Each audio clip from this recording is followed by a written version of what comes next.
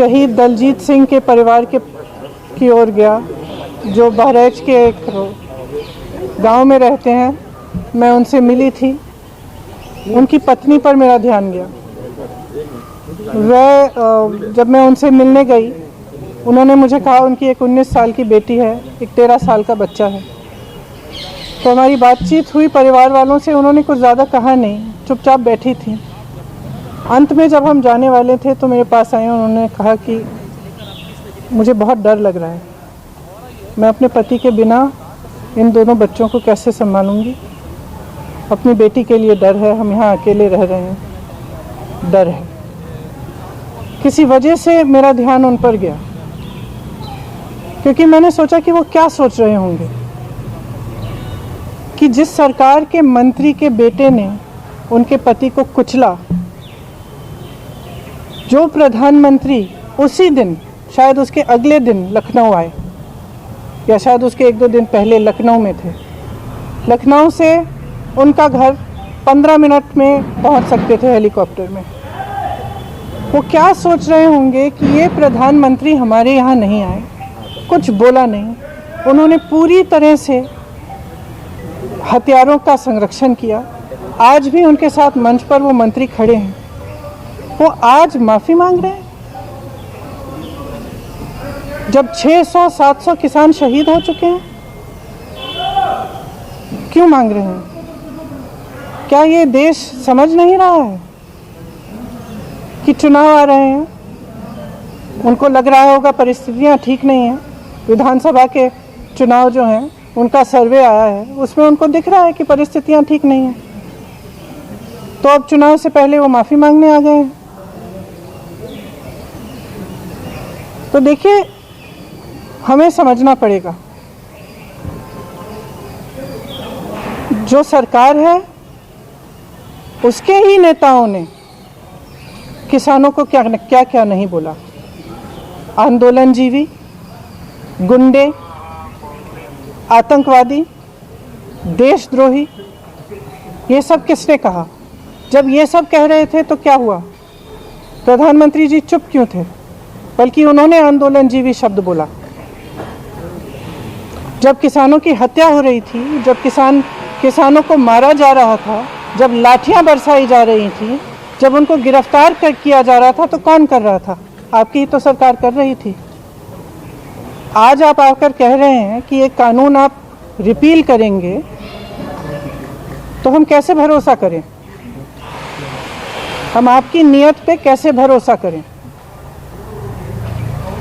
सब स्पष्ट है, सामने है देश के। मुझे खुशी इस बात की है कि ये सरकार समझ गई है कि इस देश में किसान से बड़ा कोई नहीं है। इस देश में अगर एक सरकार किसान को कुचलने की कोशिश करती है और किसान खड़ा हो जाता है, तो उस सरकार को अंत में झुकना ही पड़ेगा। ये सरकार समझ गई है। इस बात पर मुझे खुशी है। और मैं कहना चाहती हूँ कि जो किसान शहीद हुए इस पूरे आंदोलन में, कई किसानों के परिवारों से मैं पिछले पूरे साल में मिल रही हूँ, मैं मिली हूँ, मैं उनका दुख समझती हूँ। और हम सबको सबसे पहले उन्हें श्रद्धांजलि देनी चाहिए। अगर सरकार सचमुच सीरियस है तो उनके लिए जो कार्रवाई होनी चाहिए, ख़ास तौर से जो लखीमपुर खेरी में हुआ, उस पर जो कार्रवाई सही ढंग से होनी चाहिए वो करनी चाहिए। मंत्री का बर्खास्त करना चाहिए। और इस पूरे देश में जो किसानों की आवाज़ उठी है, हम सबको उनके साथ हमेशा के लिए खड़ा रहना चाहिए। किसान की बहुत समस्याएं हैं। आज हर तरफ से मजबूर है, हर तरफ से वो कर्ज में डूबा हुआ है। मैं ललितपुर गई, ललितपुर में भी आपने देखा कि खाद की लाइन में खड़े खड़े उनकी मृत्यु हो गई। कुछ किसानों ने आत्महत्या की। तो किसानों की जो समस्या है, जिसके लिए किसान आंदोलन कर रहे हैं, उसको ठीक तरह से समझना, उनकी समस्याओं को ठीक तरह से सुलझाने का कर्तव्य हम सबका है। मैं ये भी कहना चाहती हूँ कि मुझे खुशी है कि जितने भी विपक्ष के दल हैं, सब ने पूरी तरह से समर्थन किया इस आंदोलन का और किसान डटे रहे। हमारे भाई बहन जो दिल्ली के बॉर्डर पे भी थे और तमाम प्रदेशों में सब डटे रहे और आज हम उन सबको धन्यवाद देना चाहते हैं। जैसे मैंने कहा, जो शहीद हुए हैं उनको श्रद्धांजलि देते हैं।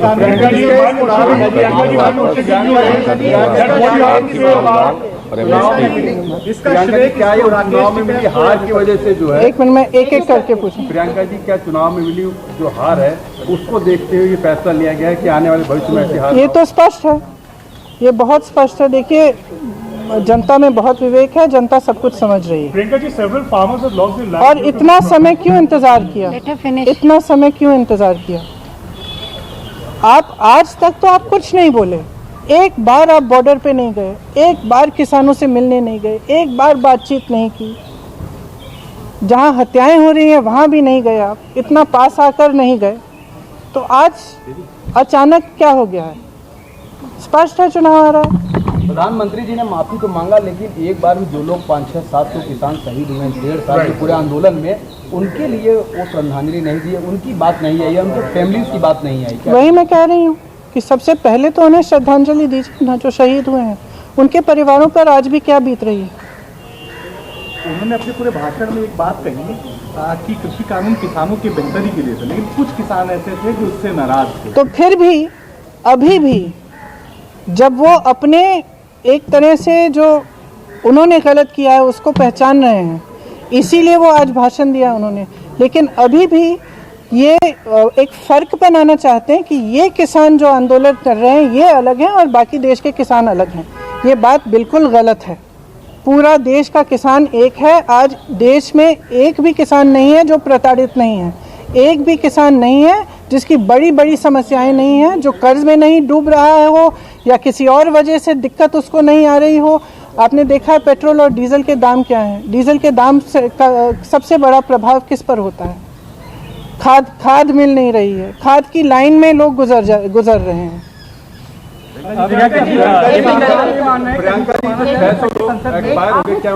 आपने पूछ लिया। जब तक संसद में बिल वापस नहीं हुआ था तब तक उसको अभी मानेंगे नहीं, खाली बिजलीबाजी का देखा जा रहा है जी। उसका भी समर्थन करते हैं कि आप वेट करेंगे कि जब वो वापसी होगी संसद में तब इसको पूर्ण रूप से माना जाएगा?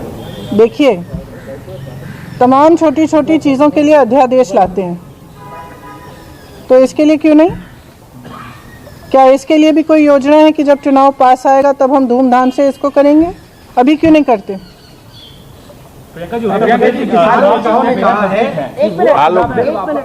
आंदोलन जारी रखेंगे और वो वापस नहीं जाएंगे, तो इसमें क्या कांग्रेस उसका समर्थन करती है? आपको लगता है कि आपका स्टैंड क्या है? उनका स्टैंड बिल्कुल सही है, क्योंकि जब इस सरकार की नीयत पर भरोसा नहीं किया जा सकता। इनका रुख रोज बदलता है, तो ये बिल्कुल सही है कि पहले कानून रिपील करें ठीक ढंग से, फिर देखा जाए। Priyanka ji, one question: given that the farm laws have been repealed at the end of the day, they have not been repealed yet. They have not been repealed yet. Yes. Yes. Would the opposition in UP have to recalibrate their strategy in any way for the western part of the state? Do you feel that that is something that you, as a political entity, I feel that the people of India are extremely wise, and I feel that the people of India are extremely wise. Frankly, there is no one wiser than the farmer.